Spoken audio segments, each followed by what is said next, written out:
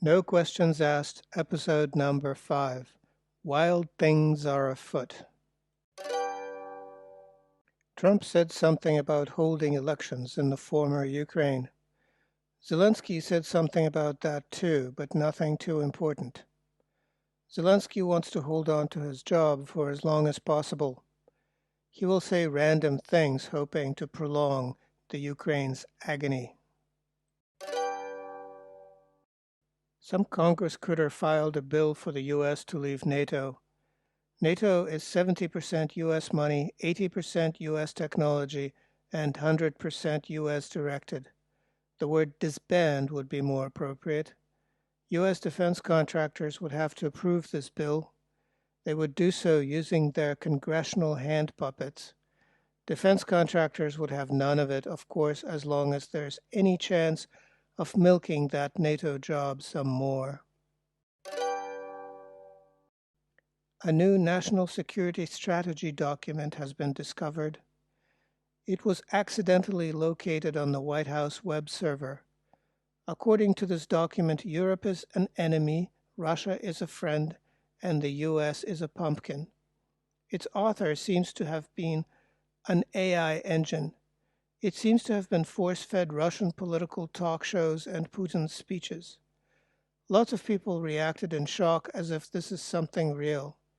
But strategy needs to be turned into policy, and that policy then has to be followed. So let's not hold our breath. This document may yet turn out to be a nothing burger. By the way, the European Union has a strategy too. Its strategy is to wait and to stall. They want to wait until Trump gets impeached or croaks or his term runs out. They hope that he'll be replaced with the usual sort of globalist warmongering stooge. It's only a hope, but at this point, that is all they have. Meanwhile, in the United Kingdom, fake news outlets are on fire. They are once again yammering about the Skripal Novichok nonsense. They're trying to scare everyone about Russian spies or drones or whatever.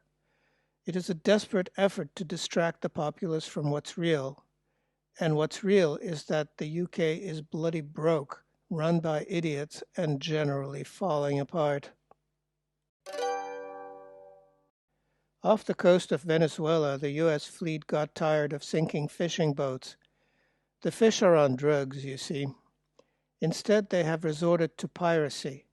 They hijacked an oil tanker and intend to steal its oil. Americans will pay for that stolen oil, of course. They will pay for it through higher prices at the gas pumps. This is all fake news, of course. And now for some real news. This just in from the Defense Ministry of the Russian Federation.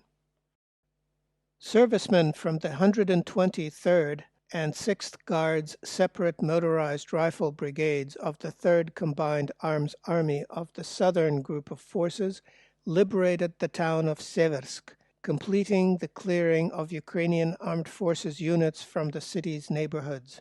Servicemen from the Southern Group of Forces unfurled the Russian Federation national flag near the Seversk City Administration Building, the memorial to the heroes of the Great Patriotic War, and the monument to the legendary Soviet T-34 tank in Victory Park, as well as on the streets and rooftops of the city, which has come under the control of the Russian armed forces.